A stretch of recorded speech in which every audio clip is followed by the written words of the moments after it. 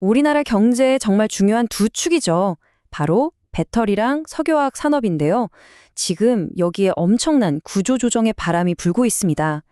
그래서 오늘은 2026년을 바라보는 이 시점에서 이 거대한 변화의 흐름 속에서 우리가 꼭 알아야 할 것들이 뭔지 한번 제대로 파헤쳐 보겠습니다. 네, 대체 무슨 일이 벌어지고 있는 걸까요? 이게 그냥 뉴스에 나오는 남의 얘기가 아닐 수 있습니다. 지금 이 순간에도 많은 분들의 일터에 직접적인 영향을 미치고 있을 수 있는 아주 중요하고 또 시급한 주제, 바로 대기업 구조조정의 현주소와 그 진짜 배경을 짚어보겠습니다. 오늘 이야기는 이런 순서로 진행될 거예요. 먼저 지금 위기 상황이 어떤지부터 살펴보고, 아니, 왜 이런 일이 벌어졌는지 그 원인을 파헤쳐 볼 겁니다. 그리고 구조조정의 핵심 방법인 권고사직이 도대체 뭔지, 또 어떻게 진행되는지 아주 상세하게 알아볼 거고요. 마지막으로 이 산업들이 앞으로 어떻게 될지 그 미래까지 한번 그려보겠습니다. 자, 첫 번째 파트입니다. 이번 위기가 더 심각하게 다가오는 이유는요, 이게 어느 한 분야만의 문제가 아니라는 거예요. 배터리와 석유화학, 우리나라를 이끌어온 거대한 두 개의 엔진이 지금 동시에 삐걱거리고 있다는 거죠. 맞아요. 기업 다이어트라는 말이 지금 상황을 정말 잘 표현하는 것 같아요.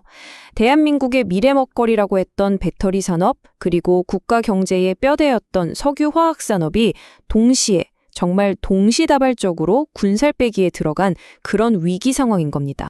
아니, 그러면 도대체 왜 이런 상황까지 오게 된 걸까요? 겉으로 보기엔 똑같이 힘들어 보여도 그 속을 들여다보면 각자 마주한 폭풍의 종류가 완전히 다릅니다. 한번 구체적으로 살펴보죠. 여기 보시면 원인이 명확하게 갈리죠. 배터리 산업은 뭐냐, 영원히 성장할 것만 같았던 전기차 시장이 캐즘이라는 일시적인 수요 정체기에 딱 빠지면서 직격탄을 맞은 거예요. 반면에 석유화학 산업은 문제가 좀 더 오래됐어요. 이건 뭐 중국에서 만들어내는 값싼 범용 제품들이 시장에 너무 많이 풀려서 더 이상 이익을 내기 힘든 구조가 되어버린 거죠. 이 숫자를 한번 보세요. 이게 바로 지금 배터리 업계가 마주한 현실입니다. SK온이 단 한 분기만에 낸 영업 손실이 무려 4,601억 원. 더 심각한 건 뭔지 아세요? 적자 폭이 줄어들기는커녕 오히려 더 커지고 있다는 사실입니다.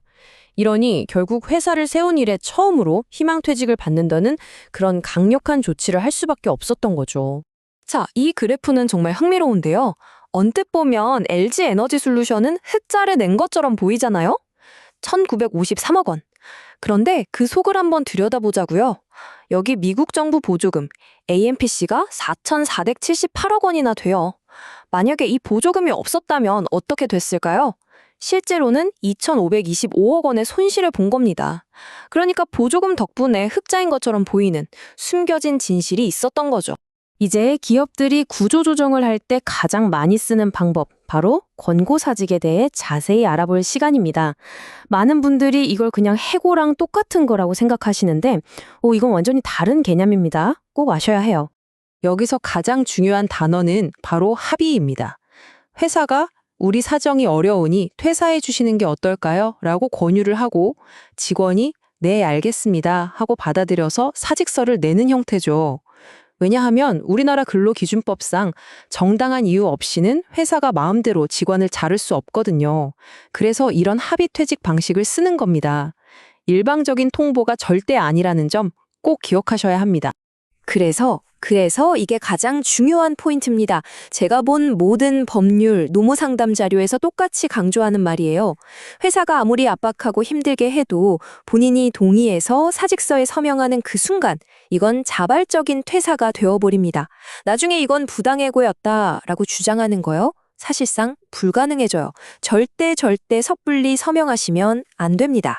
자, 그럼 이 권고사직이라는 게 실제로 어떤 과정을 거쳐서 진행되는지, 회사 입장에서는 어떻게 해야 하고, 또 반대로 직원 입장에서는 어떻게 대응해야 하는지, 그 구체적인 절차를 한번 살펴보겠습니다.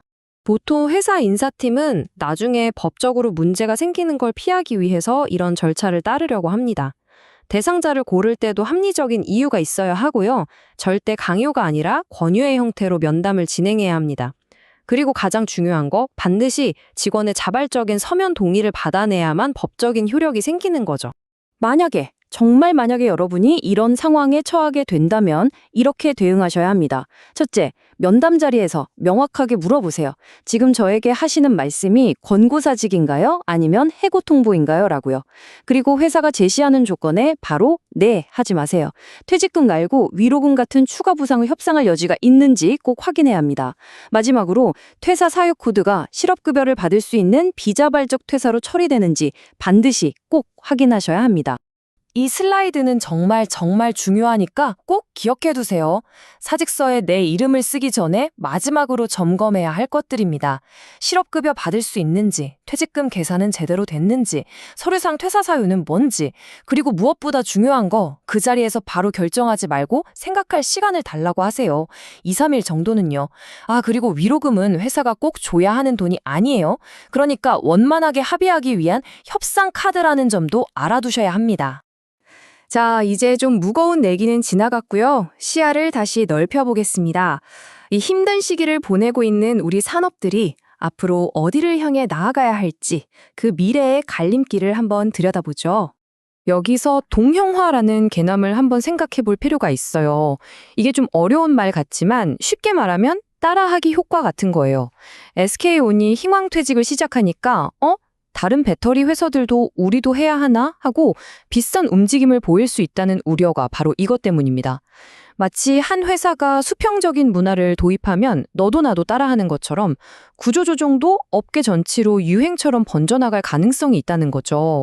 하지만 이런 위기 속에서도 새로운 기회의 씨앗은 분명히 보입니다.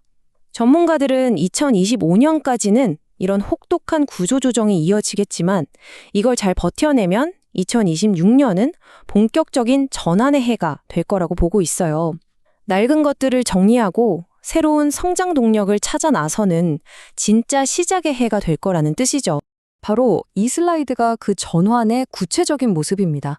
석유화학 회사들이 더 이상 엔젤처럼 그냥 원유 가져다가 플라스틱만 만드는 게 아니에요. 이제는 친환경 비행기 연료인 SAF, 또 AI 데이터 센터 열시키는데 꼭 필요한 액침 냉각유, 그리고 고부가 가치 재활용 소재 같은 완전히 새로운 시장으로 빠르게 움직이고 있습니다.